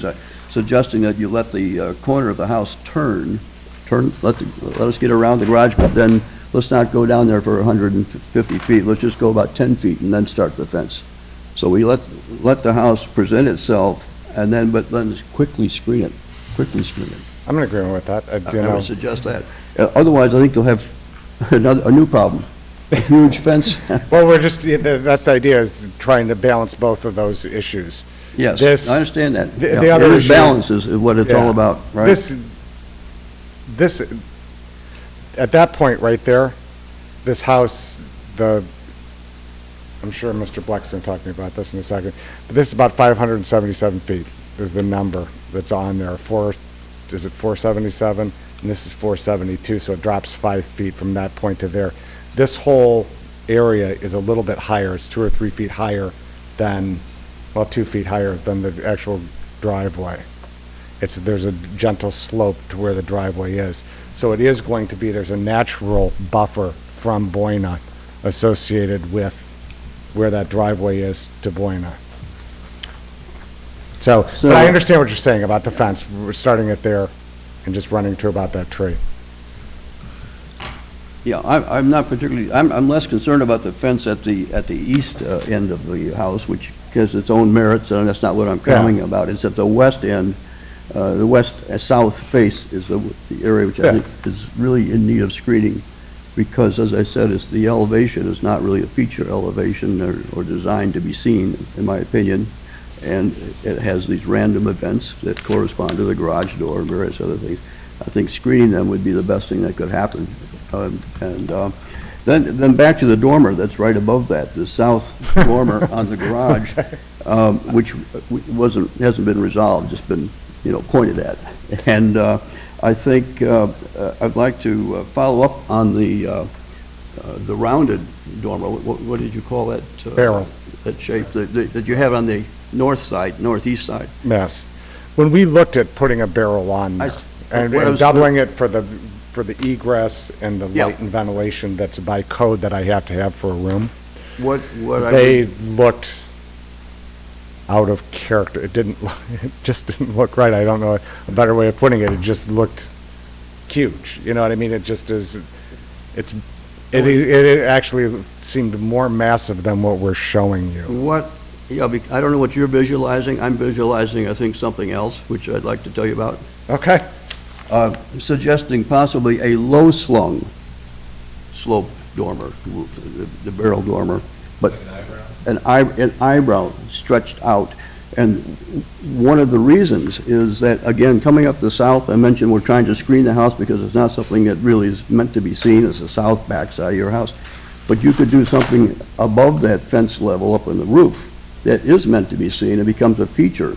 People coming up from the south, give them something nice to look at. But then if I put in an eyebrow is not even going to come close to meeting egress or light. We haven't put dimensions on this eyebrow yet. We've only said it's an eyebrow. So I would suggest that be explored. Okay. Is that it, Fred? Okay. Thank you. Couple questions. The change in style to Adams Colonial, could you just give us a couple of words on what that is, a thumbnail? I gotta be honest, I'm just not that familiar with that style per se, and how this... Colonial in nature, I mean, as opposed to the Tudor with more of the gables associated with the original plan that we had, this is more, I want to call it, it's more of a per se a colonial style. You're going to have a crown detail at the soffit, or at the rake board. There's going to be a crown detail there, and the pediments above the windows sitting off of the rake, so they're sitting down more into the body of the house. And this house, by putting the gable, by hipping the roof, that just kind of became that. It was the style more of what's in keeping with that house when we did that. So. Okay, thanks. And then the front facade, maybe you could go back to that, They took my, as proposed. here, you know what, I think what's up here is relatively correct. I think the front facade might have been close to it. That's. Yeah. So the kind of the two-story window element to the left of the front door, is that typical in the Adams Colonial design to have kind of that arched window? That is found in the Bible, the book that we found. We actually, it was found in there. Okay. And, the two-story element associated with that is just for, putting light into that into that stairway. We did bring that down, shrunk that a touch so that it does sit off of the rake board and the crown detail that we had a comment about earlier on the previous plan. Okay. And then, we've talked a lot about massing, and one of my personal concerns was the width of the house. How much have you been able to kind of We've taken make that about- not so we've long? taken approximately 2 feet out of the entire length of the house. To get it any smaller, all of a sudden, things start to become unlivable. Bedrooms shrink significantly on the second floor. Dining rooms get smaller, living rooms get smaller, kitchens get smaller, eating areas, all of those things get significantly smaller, and then, it's less desirable. I mean, What's your overall length now then to the house? I believe it's,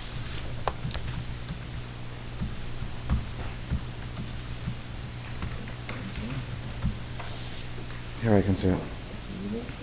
No, of course, this is 77 plus 12, 89.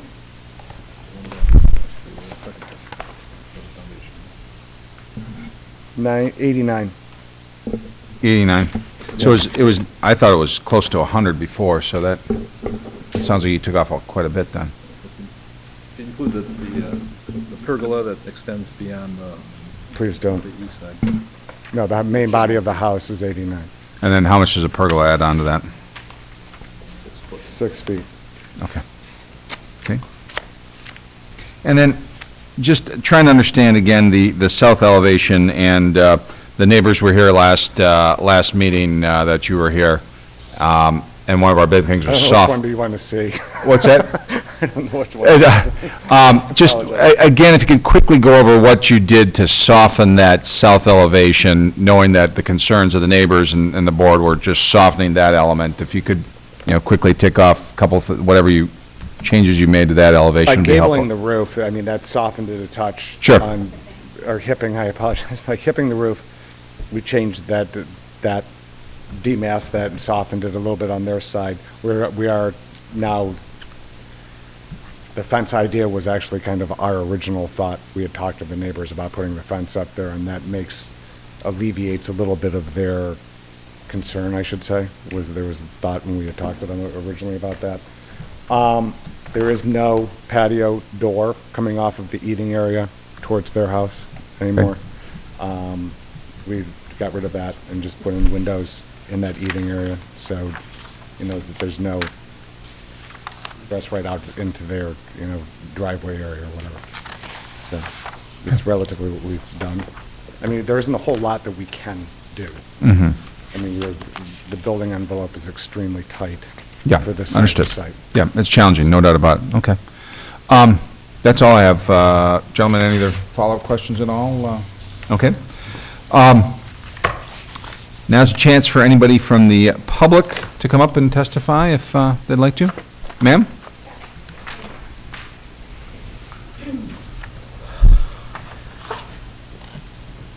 Hi, I'm Kate Lohmiller. I was here last time with my husband. We are the neighbors to the south.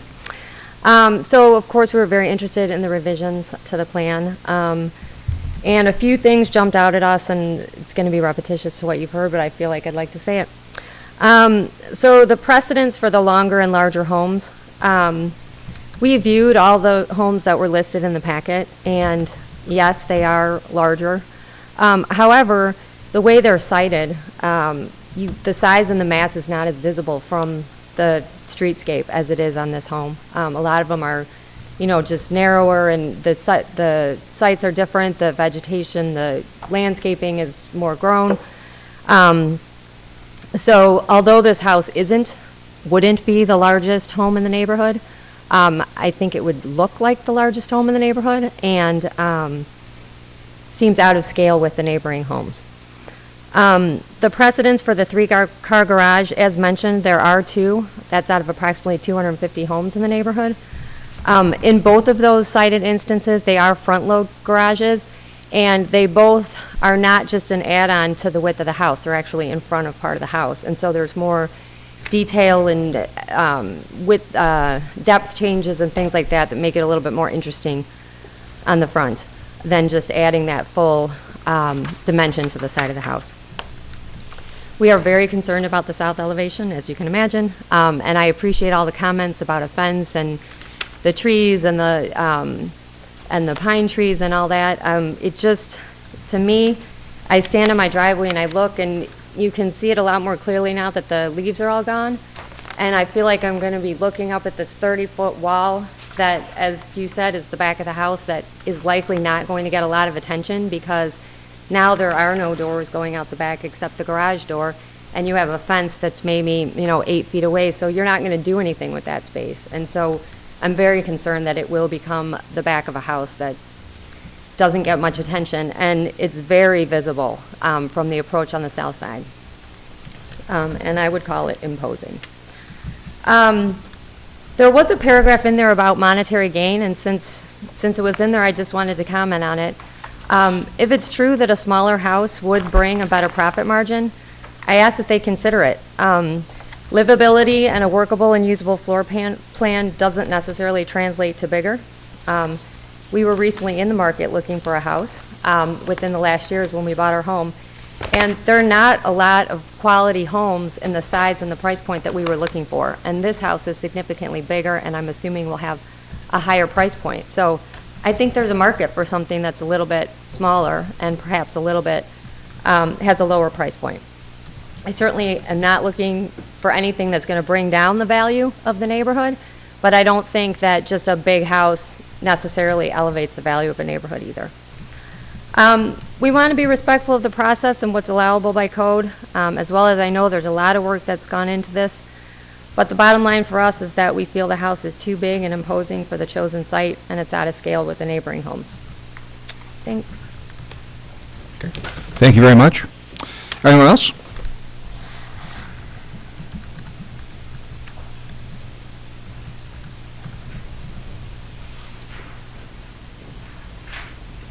Yeah, I had sent a letter in. I guess you had sent something out that we could respond. I did not plan on being here tonight, so I've already sent a letter to the board. But we live at 980 Buena, which is across the street. And when you talk about mass, I'm not an architect. I don't know what that means in terms of square footage. How big a house is this going to be that's being proposed? Is it 3,500 square feet or 4,000 square feet? Or?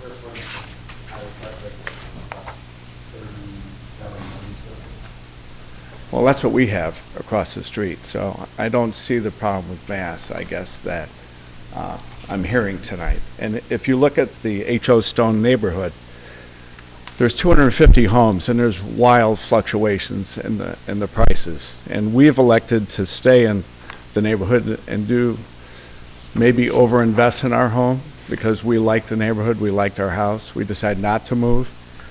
So when we see a house down the street at 871 go for $1.1 million, we're kind of excited about that. And when we saw these plans, we were excited about this too, just as an investment. So I guess that's where we're coming from. And in the H.O. Stone neighborhood, our neighbor who just talked, ourselves, and 2 houses to the south are the largest homes in the neighborhood. So I would think I don't want a small house there. I don't think that would be appropriate. And I think the lot, if I can look at this, it looks like it's the same size as mine. So I know it's very difficult. The south elevation is a legitimate complaint by my neighbor, but I think it could be worked out. I would hope so, because I think this would be good for the neighborhood. I'd actually like to see more houses like this and less $480,000 homes. That's where I'm coming from. All right? Thank you very much. Yeah. Okay. Anyone else? Okay. Kathy, any words of wisdom, response from staff? I really don't have anything to add. I think that we do want to give some clear direction. I know there's different positions. I think that looking at perhaps some elements of the original proposal in combination with some things that are proposed, and then really thinking through opportunities for refinement of that south elevation, because it will be tall, it will be large, and it will have a direct impact on the neighbor to the south, a very significant impact. Okay. Thank you, Kathy. The petitioner, you do have a chance for rebuttal to the public testimony if you care. The concern about the size of this house is it's not overly large. I mean, we are down to, I believe it is like 3,700 square feet. And it's on a relatively large lot. It's close to 20,000 square feet in lot size. The neighbor to the south of us is on a significantly smaller lot, and their house, I believe, is in the 3,750 square foot size. So we are in keeping with the exact neighbor next door to us as to the overall size, square footage, the way I calculate it, which is as an appraiser, as a realtor, as an assessor. We're talking apples and apples. We're in the same size of house, and our lot is significantly larger than the other house. As a percentage of, what is it, the percentage of living area to lot size, we are right there, if not below, the majority of the houses in the neighborhood. So that being said, this is what we have, and this is what we're trying to work with, and we're trying to work with you to get done. I don't know if that's lowering the roof over the garage, what that is, but the 3-car garage, I wouldn't build a house today. If I have the ability to have a 3-car garage, I would build a 3-car garage. People want it. The neighbor just to the north of us has a 2-car garage, and he has a turnout, and he parks his a landscape truck in that stall. He'd rather be able to put that inside his garage. Anybody would rather have a 3-car garage than the 2. So that piece of it, the 3-car garage, I think it stays in my mind. How we address the living area above that is, that's a challenge. I would like to, if I could shrink that, I would love to. But moving that house, the way the lot is situated, I can't really push that house any farther to the east. I mean, that's where I am. So. Okay, thank you. Chairman King, if I can just make Please, one yeah. clarification. I think we are mixing some terms about square footages. I've heard a lot about livable square footage. And again, I just want to clarify that the whole reason behind the city having a building scale ordinance was to be able to give a number to the appearance of mass. So even though the livable, we often see homes with more livable square footage that appear smaller because of the style or because of the roof element. So in this case, you have, even though you may have the same livable square footage, you're coming out with a higher calculation because of some of the roof forms, the space above the garage. So I just don't think we want to mix those two terms. From the board's perspective, you're looking at building scale, not livable square footage as defined by the assessor's office. I appreciate that, Kathy. So a follow-on question that would be is, as presented right now, this plan presented to us is over the bulk variance. It is. I think it's a number that could be resolved with some of the comments that you've made. It's about 97 square feet over the allowable. No variance is requested. I think the intent is to make modifications to bring that within, because of some of the roof forms, some of the dormers that change from single dormers to double dormers, you lose the ability to count those as design elements because double dormers appear more massive than single dormers. Okay. And that we're still talking about the soffit areas. We have soffit area that's included in that calculation, the city's calculation of bulk, as opposed to, do you understand that? If I raise that, the idea is actually we're just going to. I understand. We just, what's presented to us is not. Yeah, I understand. I understand. So that's why the question. That's why Thank the you. staff was talking about that. Understood. I understand that. Down with them, and it was something we could work through, and it Sure. was not a big issue Absolutely. to reduce that bulk number. Okay. Any other questions before we take it to the board, gentlemen? Okay. Thank you. Thank you. Okay, so why don't we kick it off? Bruce, I'm going back to you again on this. What are your thoughts here and on this petition?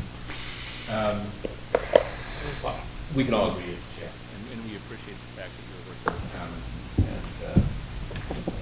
and in a perfect world, that's comments, but, it's how the process works, and it really is a little bit of a combination of an ideation, but also giving direction against what our guidelines are.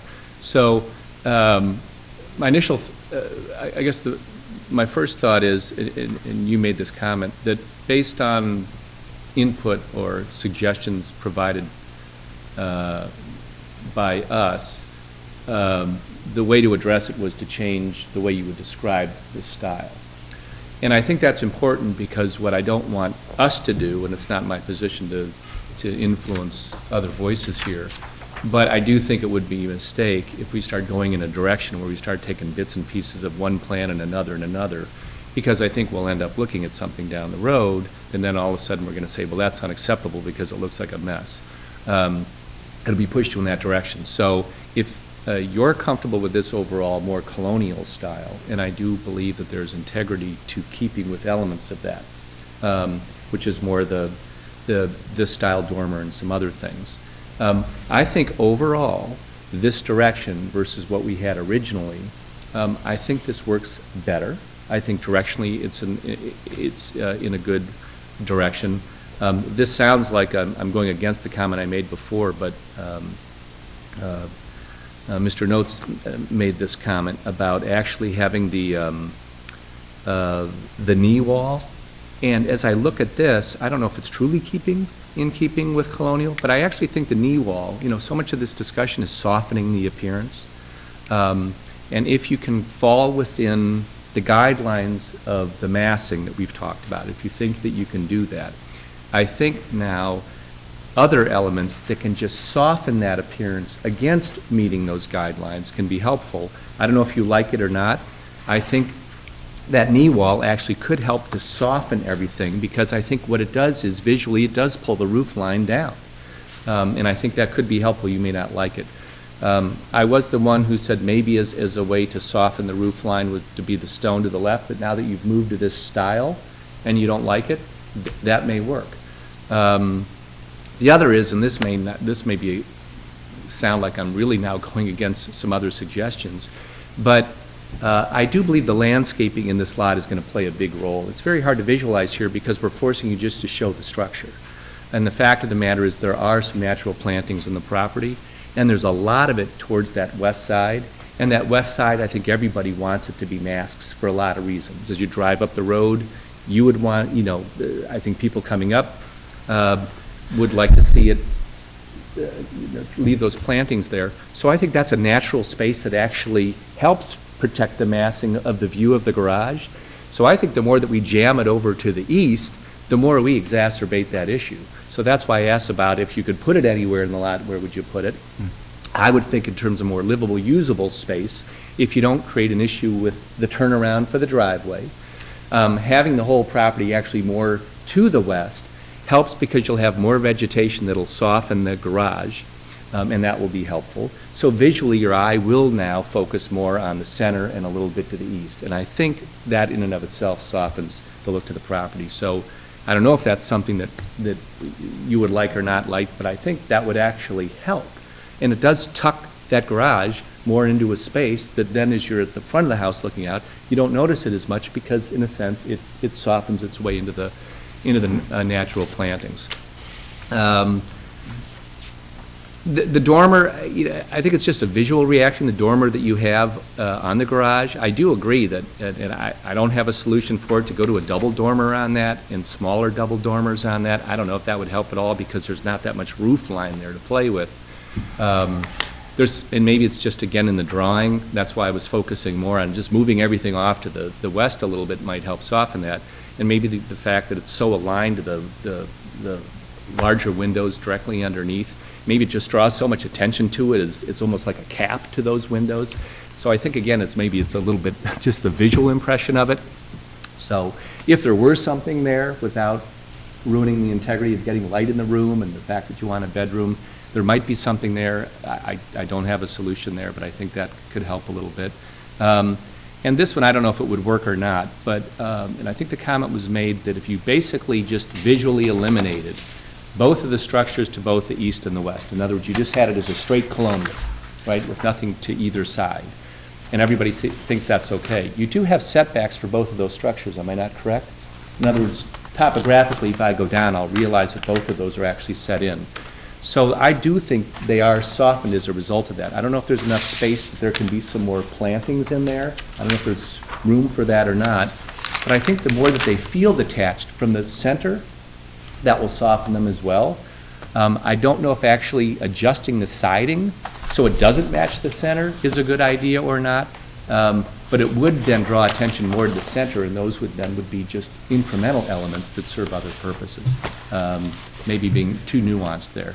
But overall, my comment would be directionally, I actually think this is an improvement. I think moving the whole structure a little bit to the west could help in a number of things. We made the comment about the fence in the back. I think that's helpful. And I do think that if this were set with the overall the plantings, if we were just looking at it that way, I do think we'd probably react a little more favorably as a group that we're not seeing there. So I'd probably say that we definitely want to have, see the final plan in terms of the yard, the plantings as part of the final approval, because I think it'll play a pretty significant role in the overall impression. So that's what I have. Thank you. Ted? What I continue to wrestle with is, first of all, this is an improvement over the last design. The enhancements to hipping the roofs does help immensely reduce the scale of the building.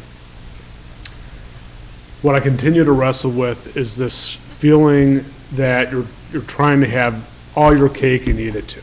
You're trying to get the 3-car garage. You're trying to get the room over the garage. You want the study. It's just a lot. You're trying to get everything in, and there's a point that I think you need to say something's going to have to give. Making the garage smaller, and eliminating the room above the garage allows you to make the roof over the garage smaller. Just a lot of other things, elements start, I think, coming together. And I really have to implore you, you got to think about what do you have to have, what can you live with? And I don't see this design having come to that soul-searching event that that I need you to see. That's all I have. Thanks, Ted. Mike? I would have to go to the south elevation and looking at that and the layout of the window design. The only thing that we've done to try to soften it is talk about a fence and talk about some trees, but maybe we should really look at getting that right first, and then the fence and the trees only help with that. I think the dormer on the south side and above the garage is rather large too. Mm-hmm. So that's all I have at this point. Okay. Bob? I'm still stuck on standard 2 regarding elevations and standard 5 regarding the overall site layout. I'm having a real hard time with that multi-tiered roof over the garage and the size of the garage. And when you go to the calculation, the garage is what's killing them. That's what says it's 84 feet in excess of what's allowed. So it's 84 feet of the 97 that they're over. Coupled with what everybody else says too. The thing is that, to me, as I said before, the main house plus the study fit all the criteria. I just can't get past the garage with the extra room and exceeding the bulk, and there's too much going on. Okay. Fred? Yes, I don't want to repeat what was said before, so I won't. It's already been said, and my major concerns. Other than to summarize that, one of the main issues is the south, as far as I'm concerned. I've expressed that. I think the dormer on the south side right now I see as a huge problem, and I think it could become a huge win if it was reframed as to rethink the form and make it a feature that it becomes focal. As I mentioned, coming up from the south, I think it has the opportunity to be something that is attractive rather than overwhelming it. Right now, I think it's out of scale. It's too big. It's blocky. It's enough said there.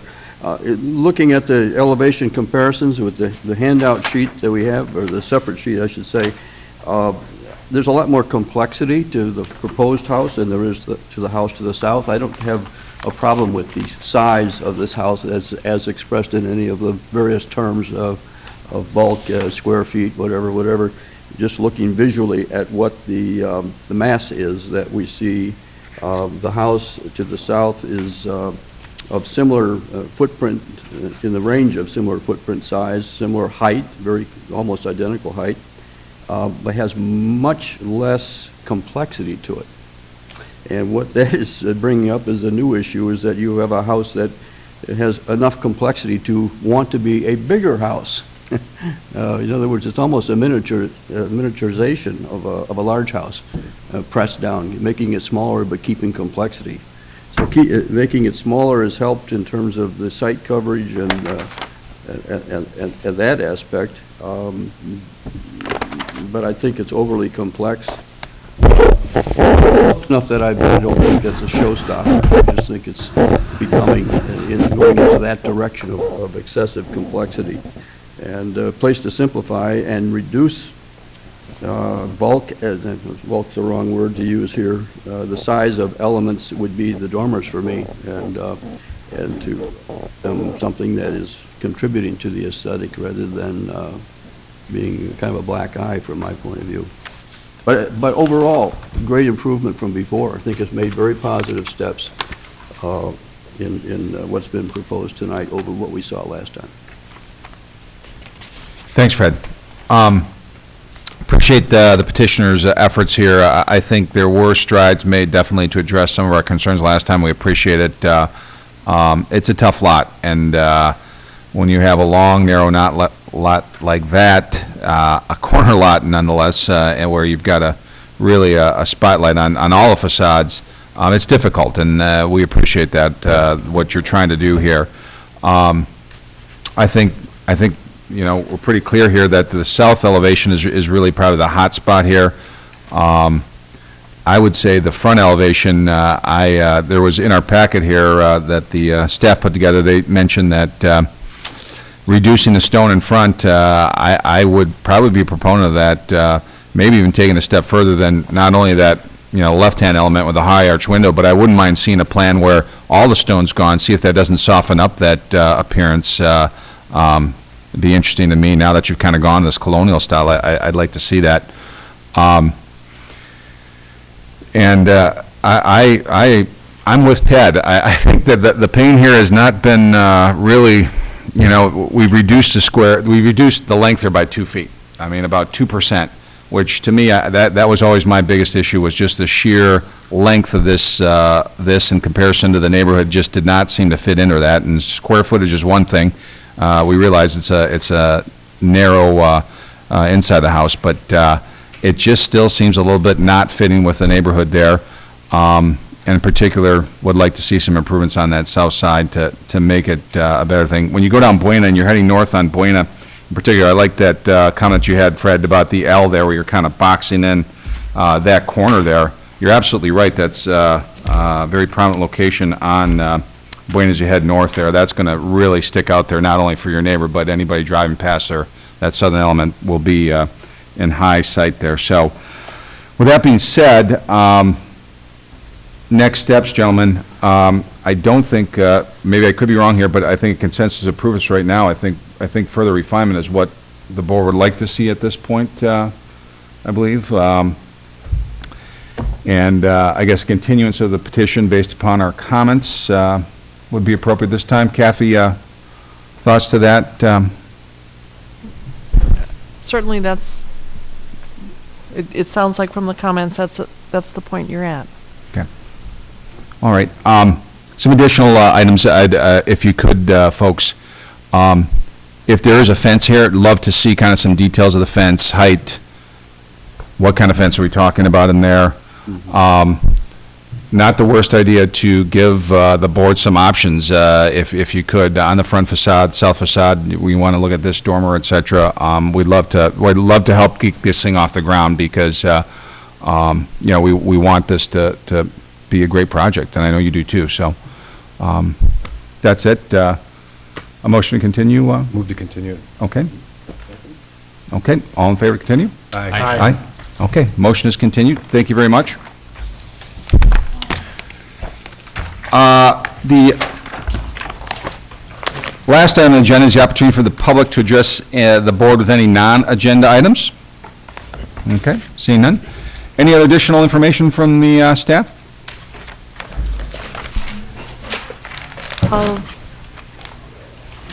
You will have your next regular meeting in January. And I think we moved it off from that first week to the second week, Kathy? I believe, we'll confirm with you, We'll but I confirm? believe we Okay. did. Okay, great. Okay, motion to adjourn? Make a motion to adjourn? Okay, second? Second.